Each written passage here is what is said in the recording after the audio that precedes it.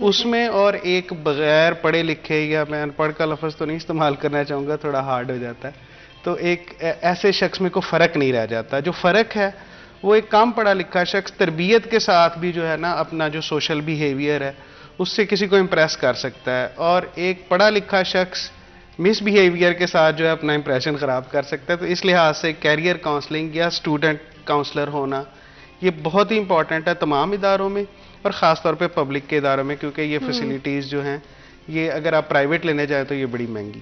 کیونکہ سر آپ کے جیسے کہ ڈیزیگنیشن میں بھی لکھا ہے کہ پیپلز پارٹی کے جو ہے وہ سرکل کے لحاظ سے, تو آپ کیا پولیٹیکلی ظاہری بات ہے کہ ایک پارٹی کو ریپریزنٹ کرتے ہیں, تو اگر کاؤنسلنگ کی بات آتی ہے تو سیاست کی صرف اس میں بات کی جاتی ہے یا اس پہ امپیسائز کیا جاتا ہے صرف ایک پارٹی پہ؟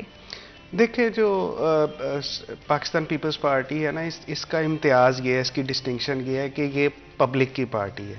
یہ اس وقت بنی تھی, اور آج لکیلی جو ہے نا ہمارا یوم تاسیس ہے جسے فاؤنڈنگ ڈے کہتے ہیں, آج ہمارا 56 فاؤنڈنگ ڈے ایگزیکٹلی آج کے دن 1967 میں پاکستان پیپلز پارٹی کا وجود جو ہے وہ بنا تھا. اب ہوا یہ ہے کہ ایجوکیشن فار آل جو ہے اس کا کانسیپٹ پہلی دفعہ پاکستان پیپلز پارٹی نے دیا تھا, اور اس کی جو سب سے بڑی مثال ہے وہ یہ ہے کہ ہمارے پاس جو پبلک سکولز اور جو کالجز اور جو یونیورسٹیز اس وقت تھیں جب بھٹو صاحب کی گورنمنٹ آئی 1972 میں 73 میں, اس وقت جو تھیں وہ تو موجود تھیں, لیکن اس کو بہتر کیسے کیا گیا, ایک کانسیپٹ جو ہے وہ ہے علامہ اقبال اوپن یونیورسٹی. یہ بھٹو صاحب نے اس وقت سویڈن سے لے کے پاکستان میں جو ہے امپلیمنٹ کیا تھا, اور اس کا یہ مقصد تھا کہ دور دراز کے علاقوں میں جو ہے نا لوگوں کو تعلیم کا کوئی مسئلہ نہ ہو. یہاں سے کیونکہ تعلیم کی فراہمی بہت زیادہ ضروری ہے, اور ہمارے اداروں میں جو ہے وہ کاؤنسلنگ بھی بہت زیادہ امپورٹنٹ ہے. تو مریم, اگر کاؤنسلنگ کے حوالے سے بات کریں تو آپ کیا سمجھتی ہیں کہ ہمارے تعلیمی اداروں میں ایک کاؤنسلر کی یا اسٹوڈنٹ کنسلٹنٹ کی, جیسے سر نے بات کی, کتنی زیادہ اہمیت ہے؟ جی بالکل زینت, ایسے ہی ہے. ہمارے جیسے سر نے بات کی, ان کی بات کو سیکنڈ کروں گی کہ ہمیں اسکول کالجز کے اندر اس طرح کی ٹیچرز کی, ایسے ٹرینرز کی ضرورت ہوتی ہے جو ہمیں بتا سکیں, اسپیشلی 8th کلاس کے بعد. یہ ایسی کلاس ہے, ایسا ٹرننگ پوائنٹ ہے ہماری لائف کا کہ اس کے بعد ہم نے جو بھی اسٹیپ لینا ہے سوچ سمجھ کے لیں گے تو آگے والی زندگی جو ہے ہماری بہتر ہو سکے گی. 8th کلاس کے بعد سائنس سبجیکٹس بھی ہوتے ہیں, آرٹ سبجیکٹس بھی ہوتے ہیں, لیکن ہمارا معاشرہ ایسا ہے یا ہمارے نارمز ایسے ہیں کہ ہمیں ایک آ جاتا ہے نہیں آپ نے سائنس ہی پڑھنی ہے. آپ کا بچہ نہیں پڑھ سکتا, یہ کوئی سمجھنے کے لیے تیار نہیں ہے, نہ اس کی سائیکی کوئی سمجھتا ہے. اسے کہا جاتا ہے نہیں آپ نے سائنس ہی پڑھنی ہے, اور اگر اس کے مارکس تھوڑے کم آ گئے اور اس کا سائنس میں انٹرسٹ پھر بھی ہے, اگر وہ محنت کرے تو وہ کر سکتا ہے. لیکن کچھ بچوں کو یا والدین آرٹس میں ڈال دیتے ہیں کہ نہیں بیٹا اب تم آرٹس میں ہی پڑھو. یہ چیز ایسی ہوتی ہے جو بچے کو کہیں نہ کہیں اس کے اندر یہ چیز اس کو فیل کرواتی ہے کہ نہیں, کہ میں نہیں کر سکتا یا میرے سے نہیں ہو سکے گی. اس پوائنٹ کے اوپر ہمیں اس طرح کی ٹیچرز کی, اس طرح کے ٹرینرز کی ضرورت ہوتی ہے, کنسلٹنٹس کی ضرورت ہوتی ہے, جو آپ کے بچے کو, آپ کی فیملی کو یہ بتا سکیں کہ بھئی نہیں, آپ کے بچے کے اندر یہ پوٹینشل ہے اور یہ وہ اس چیز کو بہتر طریقے سے یہ کام کر سکتا ہے. اس کے بعد جیسے جیسے ہم آگے جاتے ہیں, میں اپنی بات اگر تھوڑی سی اس میں کوٹ کر دوں گی کہ میں نے جب میٹرک کے ایگزامز دیے تو میرے بھائی نے مجھے فون کر کے مبارکباد دی. انہوں نے اس کے بعد کہا کہ مریم اس کے بعد اب ریس ہے صرف. اس وقت یہ الفاظ شاید اتنے میننگ فل نہیں تھے, لیکن جیسے ہی اس ریس میں نے پاؤں رکھا تو مجھے محسوس ہوا کہ واقعی ہی ایک ریس ہے جس میں ہم نے مسلسل بھاگنا ہے. اگر آپ ایک پوائنٹ سے بھی پیچھے کم ہو تو اس کا مطلب ہے کہ آپ ہار رہے ہو اس کے اندر. تو یہاں پر یہی پرابلم آتا ہے کہ اگر آپ کے کنسلٹنٹس آپ کے ساتھ ہوں گے تو ایک مارکس کم کا جو ہمیں خوف ہے نا وہ نہیں ہوگا. ہمیں پتا ہوگا کہ ہم جس کے اندر, اگر آرٹس والا بچہ آرٹس میں جائے گا تو وہ سائنس والے بچے سے زیادہ اچھے مارکس لے گا, اس کی پرسنالٹی زیادہ گروم ہو کے باہر نکلے گی. لیکن اگر وہی آرٹس والا بچہ سائنس میں چلا جائے گا اور اس کا انٹرسٹ ہی نہیں ہوگا تو مجھے لگتا ہے کہ وہ کچھ بھی نہیں کر سکے گا ساری زندگی, اور وہ بس ایسے ہی کتابیں رٹنے میں اور اپنے مارکس کو بڑھانے کے اندر ہی لگا رہے گا. یہ مارکس کا ڈر اتنا زیادہ ہوتا ہے ہمارے بچوں کے اندر کہ اسپیشلی اسکول کے اندر, کیونکہ میں نے بھی اس طرح کی چیزیں دیکھی ہیں, اسکول کے اندر بچوں کے مارکس ٹیچر پورے لگا دیتی ہیں. اس کے بعد جب بورڈ میں جا کے ان کی چیکنگ ہوتی ہے تو کبھی ان کی رائٹنگ کے اوپر مارکس کٹ رہے ہوتے ہیں, کبھی انڈر لائنز وغیرہ کے اوپر کٹ جاتے ہیں. اس کی وجہ سے جو ٹاپر بچے ہوتے ہیں وہ اس بات کا رونا ڈال کے بیٹھ جاتے ہیں کہ ہمارے تو مارکس اتنے کٹ گئے. یہ ایک ڈر جو ہے یہ ہمارے اندر بہت زیادہ ہے, یہ نہیں ہونا چاہیے. ہمیں اس چیز کو دیکھ کے چلنا چاہیے کہ سب کچھ زندگی کے ساتھ ساتھ ہے. ایکسپیرینس زیادہ میٹر کرتا ہے ایز کمپیئر ٹو مارکس. یہ آپ کو تب سمجھ آتا ہے جب ہم پریکٹیکل لائف کے اندر آ جاتے ہیں. سننے والے بچے یہاں اس وقت جو ہمیں دیکھ رہے ہیں وہ ان کو بھی یہی لگے گا کہ نہیں بہت زیادہ ضروری ہے marks, but no, experience is more better. جی بالکل ٹھیک کہہ رہی ہیں مریم آپ کہ ہمیں نمبرز گیم سے باہر نکل کے اپنے بچوں کو اس چیز پہ فوکس کرنا چاہیے کہ جو وہ پڑھ رہے ہیں اس کو وہ کتنا سمجھ رہے ہیں. پیرنٹنگ کے حوالے سے، کاؤنسلنگ کے حوالے سے مزید بات کریں گے. وقت ایک چھوٹی سی break. Will be right back after a short break.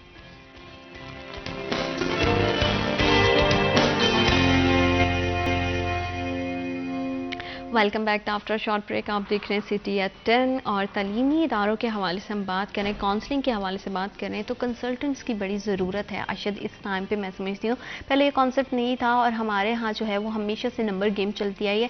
Rather than کہ ہم اپنے کانسیپٹس کو جو ہے وہ کلیئر کریں، ہم بچوں کو جو ہے وہ نمبر کے ریس میں بگانے لگ جاتے ہیں کہ بچے کس طرح سے اچھے مارکس لے کر آئیں. بچے اس میں کیا کرتے ہیں کہ رٹا لگانے لگ جاتے ہیں، وہ چیزوں کو سمجھتے نہیں ہیں. جب وہ چیزوں کو سمجھتے نہیں ہیں تو کتابوں میں جو بات لکھی ہے وہ ان کی عملی زندگی میں کس طرح ان سے فائدہ مند ہو سکتے ہیں اور کس طرح سے مستفید ہو سکتے ہیں، وہ کہیں اس کے جو میننگ ہے اس کو کھو دیتے ہیں. تو یہ نمبر گیم سے ہم کس طرح سے باہر آ سکتے ہیں اور کاؤنسلنگ کتنی زیادہ امپورٹنٹ، اسی حوالے سے ہم مزید بات کریں گے.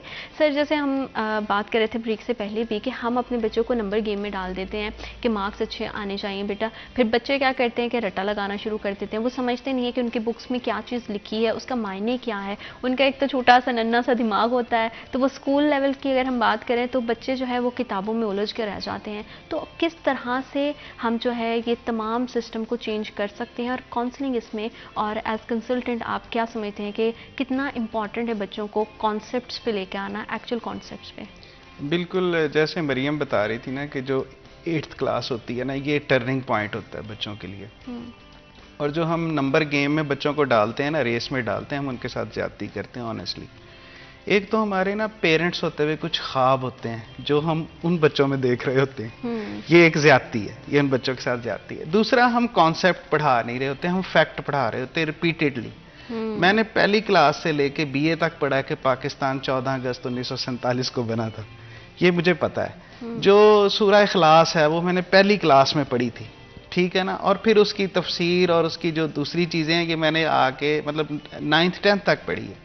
اچھا، اسی طرح جو ہمارا ایریا کتنا ہے، صوبے کتنے ہیں، یہ جو 3 سبجیکٹ ہیں نا، یعنی ہمارا جو پاکستان اسٹڈیز جو ہے، مطالعہ پاکستان، جو اسلامیات ہے ہماری، یہ اور یا جو ہماری اردو ہے جو لینگویج ہے، کیونکہ اب اس وقت جو ڈیولپمنٹ اور اس کی جو لینگویج ہے پروگریس کی، ٹھیک ہے نا، وہ تو اس وقت انگلش ہے، ٹھیک ہے. اور دنیا کے جو نان انگلش اسپیکنگ کنٹریز تھے نا، انہوں نے بھی اپنے آپ کو رش پروگرامز میں ڈال دیا کہ ہم وہ سیکھیں، ٹھیک.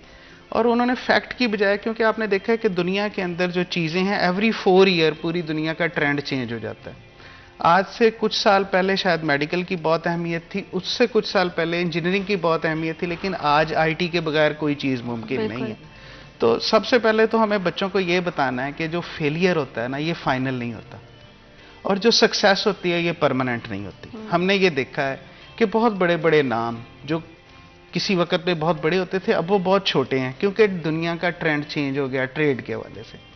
ہم جب بچے کو یہ کہتے ہیں نا کہ آپ کے یہ نمبر نہیں آئیں گے تو آپ زندگی میں یہ نہیں کر سکو گے، وہ نہیں کر سکو گے، ہمیں اس سوچ سے باہر نکلنا ہے جس کے اوپر مریم نے بھی ایمفسائز کیا، اور پورا معاشرہ بھی اس پہ ایمفسائز کرتا ہے. لیکن کرنے کی جرت کرنے کی بات ہے کہ آپ وہ پہلا قطرہ بنے جو اپنے بچے کو کمفرٹ لیول دیں کہ کوئی بات نہیں بیٹے، اگر یہ نہیں ہوا there are other trades.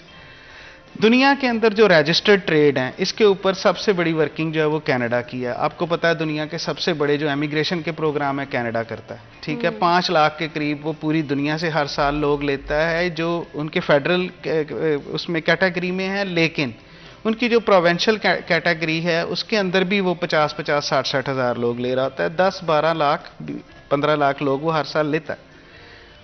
2700 categories ہیں. 2700 کیٹیگریز کے لیے سب کے لیے FSC تو نہیں چاہیے، ٹھیک ہے نا.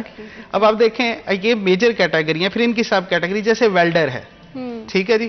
ویلڈر جو ہے اسٹیل کا ویلڈر علیحدہ ہے، سلور کا ویلڈر علیحدہ ہے، ٹھیک ہے جی.